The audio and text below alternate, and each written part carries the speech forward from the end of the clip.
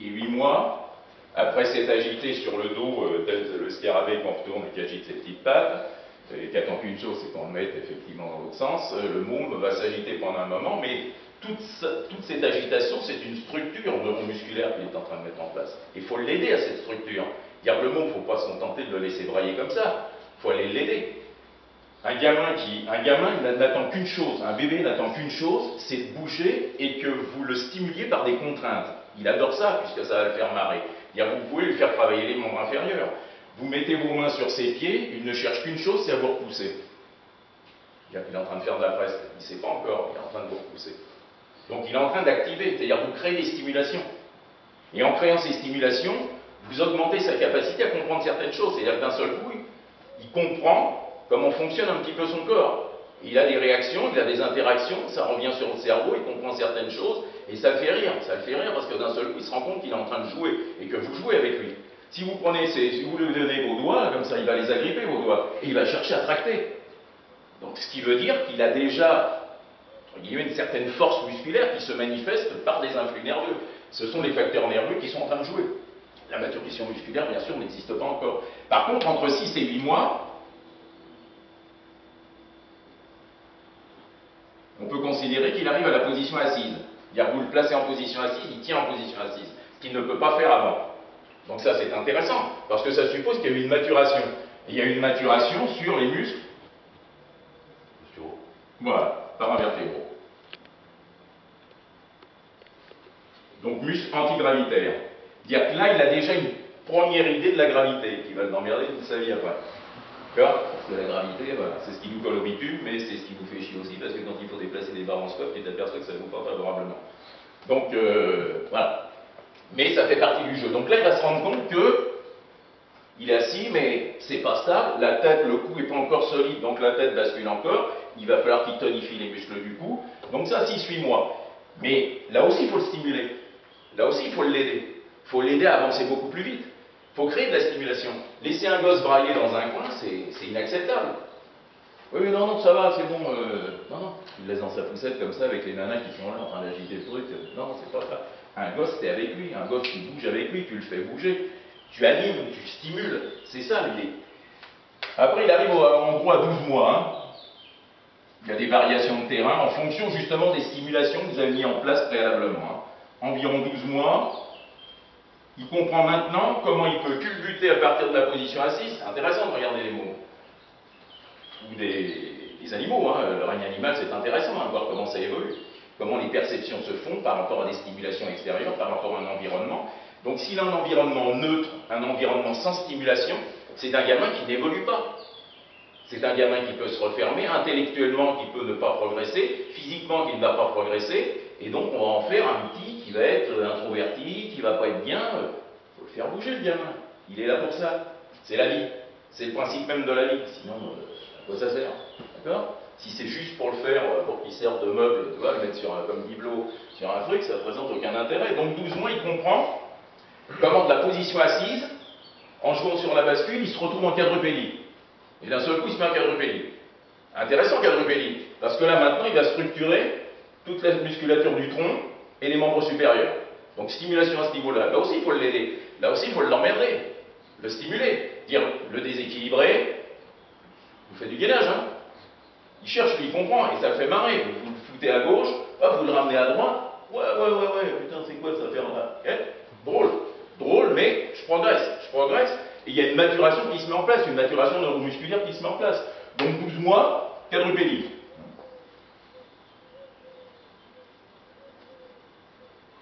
On va en arriver à la force, hein, puisque c'est ça, hein. Force, c'est ça. Hein. Donc la relation neuromusculaire, bien évidemment. C'est ce qu'il est en train de faire. Environ ensuite, allez, c'est variable suivant les gosses, mais enfin on peut considérer 15 mois. Ce qu'il cherche maintenant, c'est, parce qu'il est programmé pour, c'est un petit homme, la bipédie. Ça, c'est inscrit dans ses gènes. C'est-à-dire que de toute façon, il faut qu'il se progresse. C'est programmé comme ça. Donc il va se démerder maintenant, en agrippant les meubles, en agrippant ton froc, en agrippant tout ce qu'il peut agripper, puisque maintenant il y a eu une maturation au niveau des membres supérieurs, mais qu'il peut agripper. Il s'en est servi, il était en quadrupédie, maintenant, c'est bon, je deviens un homme, donc je passe en bipédie maintenant. Donc je me démerde.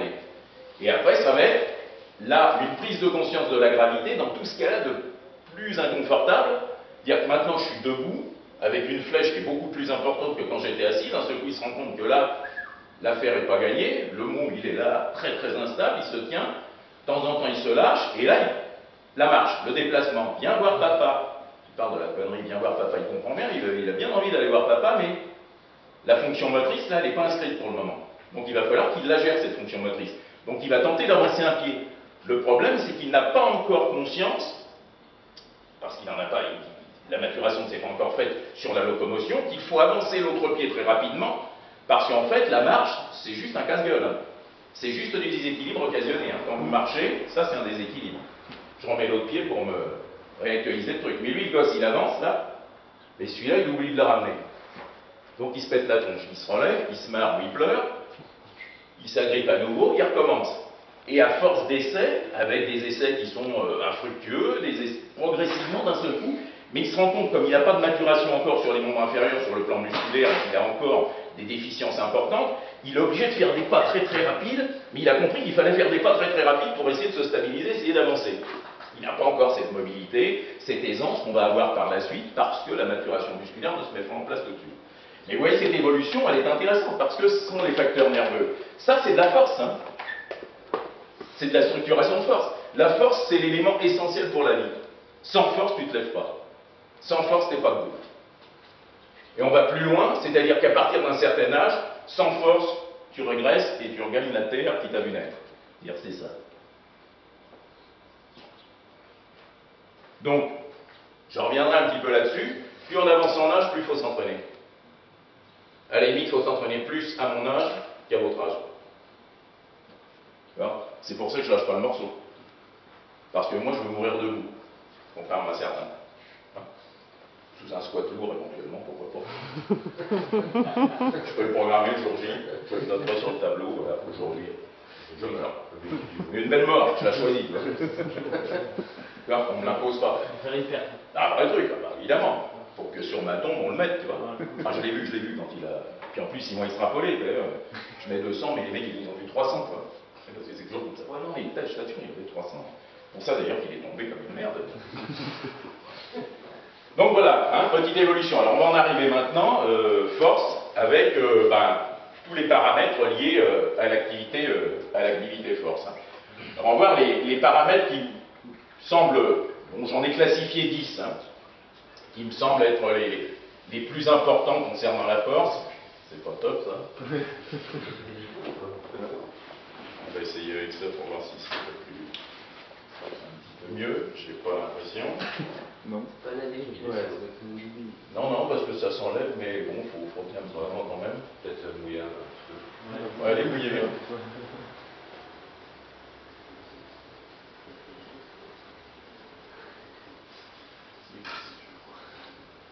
Donc j'insiste, si par la suite vous avez des gosses, occupez-vous de vos gosses. C'est pas simplement les laisser dans un coin en attendant que ça grandisse. Oui, ils poussent tout seuls, c'est bon, ouais, effectivement. Ça peut se concevoir comme ça. Mais ça peut se concevoir autrement aussi. Mais effectivement, c'est-à-dire la musculation, moi j'ai fait une intervention il n'y a pas très très longtemps au Greffe de Montpellier, devant des entraîneurs, qui n'ont pas manqué bien évidemment de lever la main encore comme des gros cons en disant oui mais croissance, machin. Mais ça fait un demi-siècle que j'entends ça. Et je ne veux même plus l'entendre. Je ne veux plus entendre des trucs. Oui mais ça va lui arrêter la croissance. Mais tu dis en quoi ça va arrêter la croissance? Mais explique-moi scientifiquement, explique-moi pourquoi ça va arrêter la croissance. Ben oui, si tu mets des charges lourdes, mais j'ai parlé de charges lourdes. Est-ce que j'ai parlé de charges lourdes? Pourquoi d'un seul coup, squat, c'est une charge lourde? Si je fais ça, c'est un squat. J'ai une charge là? C'est bon, pas chez moi, t'as rien à me dire. Qu'est-ce que tu me racontes? Je vais t'expliquer, moi, ce que ça veut dire jouer sur la croissance, sur le plan hormonal, sur le plan véritablement physiologique. Donc c'est... Quand je leur dis à 6 ans, il faut faire de la musculation, mais je fais exprès d'employer ces termes-là. J'adore les provoquer, ça fait des années, c'est pour ça qu'ils m'adorent. Ils ne peuvent pas me voir parce que je suis l'empêcheur de tourner en rond, je leur dis des trucs qu'ils ne veulent pas entendre. Donc, et c'est évident, 6 ans, même comme je vous l'ai dit, avec les gamins, tu commences dès la naissance. La maturation musculaire, la préparation physique, puisque maintenant on vous parle de préparation physique, Mais la préparation physique, dès la naissance, c'est de la préparation physique. Puisque c'est de la préparation à la bipédie, c'est de la préparation à pouvoir marcher, à pouvoir vivre, à pouvoir se déplacer, à pouvoir s'exprimer. C'est de la préparation physique. Donc autant marcher dans les meilleures conditions, dans des conditions optimales, autant s'exprimer avec son physique dans des conditions optimales. Donc c'est donner le petit plus. C'est aider effectivement l'organisme à évoluer d'une façon un petit peu plus importante en créant, comme je vous l'ai dit tout à l'heure, des stimuli permanents pour essayer d'amener le gosse à évoluer correctement. Alors, j'ai mon petit pense-bête là pour que je n'oublie rien en cours de route. On va voir, vous l'avez dans le, puisque j'en vois certains avec le document, je vous ai mis les 10 facteurs déterminants pour moi. Hein. 10 facteurs déterminants en force. Alors, on va essayer de les survoler, de les revoir. Vous n'hésitez pas, ce que je veux, c'est de l'interaction. Donc de temps en temps, vous levez la main. Si c'est une bonne vanne, t'hésites pas. Non, parce que je fais mon numéro comique. Donc, squat, mais comique. Donc vous n'hésitez pas, interaction, hein, s'il y a un moment où vous voulez exprimer quelque chose, ou quelque chose que vous ne comprenez pas, c'est tout à fait légitime, hein, plutôt que de rester en n'ayant rien compris, en disant on verra ça plus tard, en fait on ne verra jamais. Donc n'hésitez pas même à me provoquer, j'adore ça, hein, c'est-à-dire éventuellement aller à contresens de ce que je suis en train de véhiculer, mais maintenant après ce qu'il va falloir c'est étayer votre truc, hein, parce que c'est pas simplement me dire non, c'est pas comme ça, ok, explique-moi. Vas-y, moi je veux bien t'écouter, je veux bien tout écouter. Mais par contre, il faut que tu aies des bases scientifiques, hein, pas un truc à la con, toi. Non, on m'a dit que. Ah oui. Un guignol là qui t'entraîne, des coachs sportifs, il y en a plein les rues, les mecs, des coachs sportifs. T'en piques pas une, ils ne savent même pas de quoi ils parlent, les gars. Hein, mais parce qu'ils ont touché une barre ou qu'ils ont fait un demi-squat à 30 kg, d'un seul coup. Alors, je vous ai mis donc les facteurs force, hein, facteurs déterminants. Alors, j'ai commencé par. Je vous ai mis morphologie musculaire. Alors je vous ai mis que là c'était génétique parce que là vous ne pouvez pas intervenir, c'est-à-dire que vous ne pouvez pas changer un muscle fusiforme en muscle péné. Voilà, jusqu'à maintenant ça ne s'est pas fait, peut-être que sur le plan chirurgical ils vont y arriver dans pas longtemps, parce qu'on a des apprentis sorciers, mais pour le moment, voilà, ça ne se fait pas comme ça. Alors un muscle fusiforme, voilà, on va le faire vite fait. Voilà, tendon,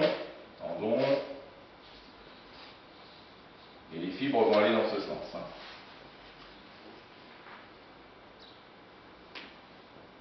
Alors on peut considérer que les muscles qui sont adaptés de cette façon-là, qu'on a, biceps thoracal par exemple, ce sont des muscles de la vitesse. Ils sont faits pour la vitesse parce qu'ils ont une capacité de contraction et de rétraction qui est très rapide. Il y a un impact très très rapide et ils sont, si vous allez dans le sens de leurs fibres, c'est-à-dire dans ce sens-là, hein, évidemment, si l'impact il est dans ce sens-là, ça ne va pas donner grand-chose. Mais si vous allez dans le sens de leur fibre, il y a une capacité de rétraction très rapide. Donc on peut considérer que ce sont les muscles de la vitesse. Donc il y en a certains qui vont vous aider, bien évidemment, hein, dans l'activité force, ou dans d'autres activités. Et ensuite, vous avez les muscles, alors je vais le faire simple comme ça. Voilà. Avec une aponévrose qui n'est pas véritablement un tendon, hein, c'est du tissu conjonctif, c'est du collagène. Hein. Tout ce qui est tendineux, c'est du collagène avec des structures qui sont plus ou moins importantes. Et le collagène, c'est ce qu'elles se mettent sur la tronche pour rajeunir. Ça leur sert strictement à rien, mais bon, c'est comme ça se vend beaucoup.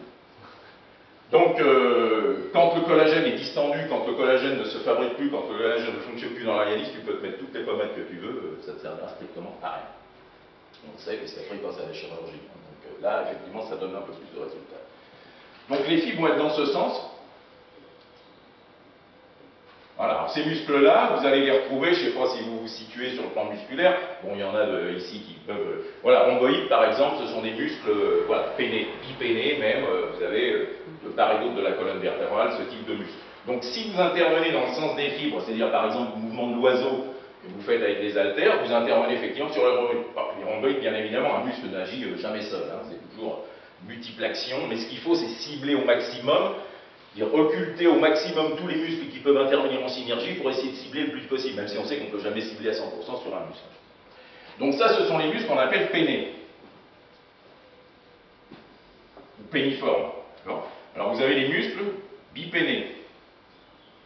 Bipénés, ça va être, vous voyez, là voilà, il y a une aponévrose, hein, c'est donc tissu conjonctif, et vous avez, voilà, muscle comme ça, fibre, voilà, ça, muscle bipéné. Et après, vous avez ce qu'on appelle du multipéné. Par exemple, le deltoïde, c'est du multipéné. Faisceau antérieur, faisceau moyen, faisceau postérieur, on est sur du multipéné. Voilà. Donc ça suppose effectivement qu'à chaque fois vous avez des orientations de fibres. Alors là, on était sur des orientations de fibres qui, quand on veut travailler pour se structurer sur un plan musculaire, pour insister sur une déficience musculaire, sur une région musculaire, il faut essayer d'aller dans le sens des fibres du muscle qu'on est en train de solliciter, qu'on veut solliciter en priorité. Les autres, on s'en fout, puisque il faut un muscle cible. C'est toute la problématique de l'entraînement qu'on verra des exercices d'assistance. Dire quel choix d'exercice. Moi, ce que j'appelle les exercices d'assistance, c'est toute la gamme d'exercices en dehors des 3 mouvements de base qui vont vous aider éventuellement à vous structurer pour progresser dans les mouvements de base. Le mouvement de base en soi peut effectivement exister seul, mais par moment, il peut y avoir des déficiences sur des chaînes musculaires. Il y a des muscles qui parfois ne sont pas suffisamment forts dans la chaîne musculaire, et c'est toujours le plus petit muscle qui pose problème dans une chaîne musculaire. Sur un soulevé de terre, si vous avez des rhomboïdes fragiles, vous vous arrêterez ici en soulevé de terre et ça n'ira pas plus haut parce que ça ne tient pas, parce que les rhomboïdes lâchent. Et pourtant, ce ne sont pas les plus gros muscles impliqués dans l'action motrice. Donc ça ne suffit pas d'avoir des super fessiers, des super cuisses et des super lombaires. Si tu as un deltoïde pourri, si tu as un rhomboïde pourri, ça ne montera pas. Parce que la faille, elle est là. Donc il va falloir renforcer cette zone-là pour devenir meilleur en soulevé de terre. Ou au moins de ne pas se détruire. Ce qui est déjà aussi une idée intéressante à creuser. Contrairement à certains qui passent par la destruction d'abord, et disent après, bon alors donc le squat c'est pas bon, le coucher c'est pas bon, le soulevé de terre c'est pas bon. Ben rien n'est bon. Hein. Même traverser la rue ça peut être dangereux, fais attention, reste chez toi. Hein.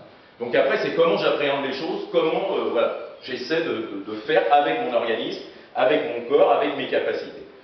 Donc là on est sur un muscle, quand on est sur les muscles pénés, bipénés, multipénés dont j'ai parlé, on est sur des muscles de la force. C'est-à-dire que ce sont des muscles qui peuvent avoir une implication moindre, parce que en plus leur capacité de raccourcissement, voilà, là on a une capacité de raccourcissement qui est en gros de 50% en rétraction. Là, c'est variable en fonction des bipénés, multipénés, on est sur du 20 à 30% de capacité de contraction. Encore si vous êtes dans le sens des fibres. Donc ce sont des muscles qui vont être non seulement moteurs dans certaines actions, mais qui peuvent être également stabilisateurs. Ce sont des gros stabilisateurs. C'est-à-dire qu'ils vont aider à structurer le corps et à être forts. Ce sont des muscles de la force. Donc toutes ces structures-là, cette morphologie musculaire, c'est génétique. Vous ne pouvez rien modifier. C'est-à-dire un muscle comme ça, vous ne pouvez pas le modifier en ce type de muscle. Impossible. Et inversement. Donc il faut faire avec cette structure musculaire. Par contre, il faut apprendre à la connaître. Parce que vous voyez, l'idée pour moi d'une personne, même qui n'est pas obligatoirement diplômée, il y a des personnes qui sont diplômées ici parmi nous, mais une personne qui s'intéresse à une discipline sportive, qui plus est à une discipline qui est plus qu'une discipline sportive. C'est-à-dire la musculation, c'est se structurer, c'est structurer son corps. Si tu ne connais pas ton corps, comment tu peux le structurer? Il faut qu'on m'explique. Comment tu peux comprendre les subtilités qu'il y a à faire ce type de mouvement? C'est pour ça que vous avez les culturistes, je leur jette la pierre de temps en temps, mais les culturistes ne sont pas ces maîtres là-dedans. C'est-à-dire que leur corps, ils le comprennent, ils le connaissent, ils l'ont analysé musculairement, physiologiquement, mécaniquement. Un culturiste, quand il est sur une position qui paraît une position invraisemblable, c'est pour ça qu'on ne les veut pas dans les salles, parce qu'eux aussi sont des empêcheurs de tourner en rond. Il va te faire un mouvement qu'on ne veut montrer à personne, parce qu'il est dangereux, mais il est efficace. Et pour moi, il n'est pas dangereux. Il est dangereux pour toi, mais pas pour moi. Pourquoi je n'aurais pas le droit de le faire? Ah oui, tu montres le mauvais exemple. Je ne montre pas le mauvais exemple, je fais un mouvement qui est adapté à ce que je peux faire. Donc ils vont chercher des angulations, ils vont chercher des positions qui sont parfois invraisemblables, mais qui sont productrices d'un effet important sur la masse musculaire à prendre, sur la force, sur le renforcement général qu'ils sont en train de mettre en place. Donc ce qu'il faut, c'est, je ne peux pas comprendre qu'on fasse de la musculation, qu'on s'implique dans la force, qui plus est dans le culturisme, les sports d'haltère d'une manière générale, sans comprendre le fonctionnement de son corps. Je ne parle même pas d'un point de vue physiologique, on va aborder quelques trucs là-dessus, mais simplement déjà mécaniquement. Comment ça fonctionne? Qu'est-ce qui va créer l'abduction du bras? Quelles sont les limites, les muscles profonds? Voilà, quand on vous parle de la coiffe des rotateurs, de quoi il nous parle là? Voilà, lui, ce qu'il voit, le mec, ouais, il y a les épaules. Pic. Voilà, d'accord, c'est bien. C'est bien, je pense qu'on n'est pas sorti, mais c'est bon. C'est bon. Cuisse, ouais, d'accord. C'est un peu réducteur, tu vois. Donc quand tu veux rentrer dans la subtilité, que tu dis, oh ben non, Le mouvement, c'est pas comme ça. Tu es obligé à un moment de donner des billes. Mais tu veux donner des billes à qui? Puisque le mec, il a un point d'interrogation.